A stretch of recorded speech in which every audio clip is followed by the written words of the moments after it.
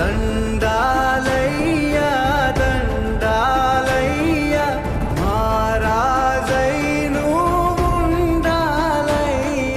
ఈ 58 నెలల్లో ప్రజల కోసం మీ బిడ్డ 130 సార్లు బటన్ నొక్కాడు.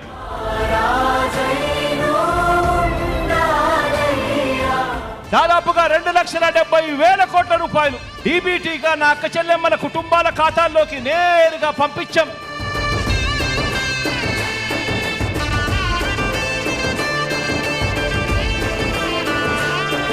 దేశ చరిత్రలోనే ఇదొక రికార్డు.